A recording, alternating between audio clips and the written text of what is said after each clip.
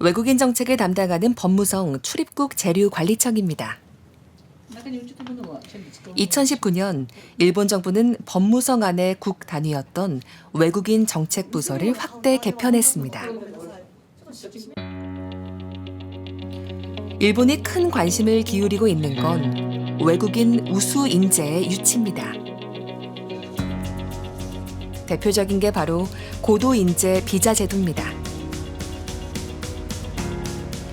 학력과 연구 실적 등을 따져 외국인에게 체류 자격을 주는 제도로 인재를 끌어들이기 위한 전략입니다.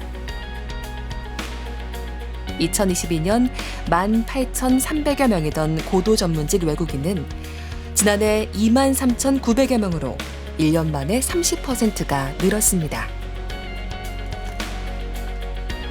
일본 경제에 도움을 주는 외국인을 유치하기 위한 다양한 실험은 지금도 계속되고 있습니다.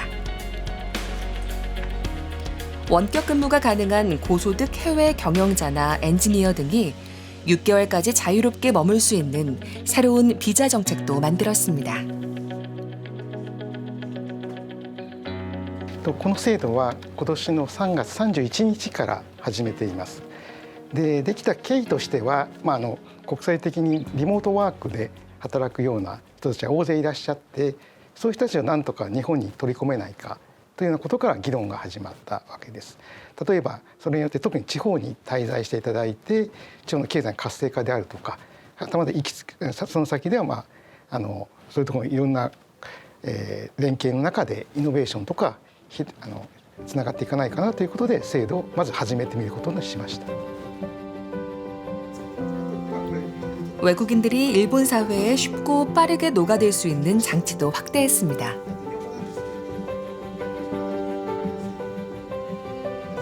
日本で生活していくにあたってですね、日本のいろんなルールとか習慣ってやっぱり知っていただくことが必要だと思っていて、これ出入国在留管理省ができてから取り組み始めていることですけれども、生活就労のガイドブックっていうのを多言語でお作りして、少なくとも日本のルールを学ぼうと知ろうと思えば知れるような機会はご提供しています。 이 센터는 일본에서 대학을 졸업한 외국 인재와 외국인을 필요로 하는 기업을 연결해주는 고리입니다. 特に外国人材であれば日本で就職したいってなった時にやはり海外の国の就職活動と日本の就職活動って特に大学とかを卒業した新卒の学生さんにとっては全く違う文化になってきますのでそういったスキルとかノウハウっていうのも習得できるような形でただのセンターだけではなくてイベントを通じて就職するためのスキルがアップできるような形の場所になっております。 중앙정부와 지방자치단체가 외국인 인재 유치에 이렇게 적극적인 자세를 취하는 건 단기적으론 경제 성장이지만 장기적으론 인구 감소 문제를 해소하는 대안이란 인식도 깔려 있습니다. 東京都としましても、この日本自体が人口減少ということでどうしても労働力が足りなくなってくるということで外国の人材の方に対しての期待というのは非常に大きいということとあともう一つはやはり優秀な外国人材の方が留学生などでこちらに来ていただいて日本で東京で就職を希望している方がいらっしゃいますそういう方々をご支援して都内の中小企業のご支援をしていきたいというところで開設をしております。 외국인 정책에 있어 폐쇄적인 나라라고 불리던 일본은 아직 변화 중입니다. 多様性という意味ではですね、いわゆる単に人が足りないから、外国人の労働者を受け入れるということだけを超えてやはりまさに多様性といいますか新しい発想であるとかそういった部分で大きな期待がされるといいますかね。 세계에선 지금 우수한 두뇌를 유치하기 위한 치열한 수싸움이 벌어지고 있습니다. 막강한 자본력과 대학 경쟁력을 확보한 미국은 세계의 우수 인재를 빨아들이고 있죠. 이에 맞선 유럽연합은 IT, 의학, 공학 등에 필요한 해외 고급 인력을 유치하기 위해 유럽 내 장기 거주가 가능하고 가족 초청도 가능한 블루카드 제도를 시행하고 있습니다. 타이완은 일정 수준의 해외 대학 학위를 가진 사람에게 취업 비자를 내주는 등 문턱을 대폭 낮췄습니다. 그렇다면 두뇌 전장에서 우리의 사정은 어떨까요? 한국의 해외 고등교육자 유입률은 2.8%로 OECD 국가 중 최하위권입니다.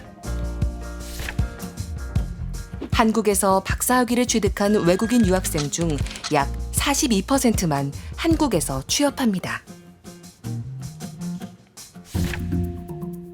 한 외국 대학의 조사에서 한국은 미래 기술로 꼽히는 인공지능 분야에서 핵심 인재 유출이 31개국 중 3번째로 많은 국가로 나타나기도 했습니다.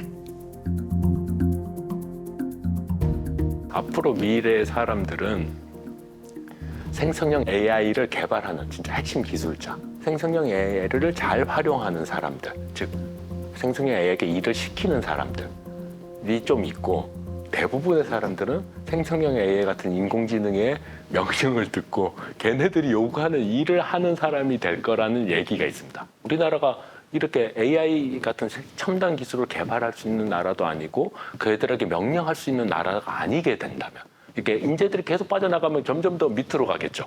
우리나라 전체가. 그러면 어떤 일이 벌어지냐? 시키는 대로 일하면서 고부가 가치화라는 걸 생각할 수도 없는 나라가 되겠죠.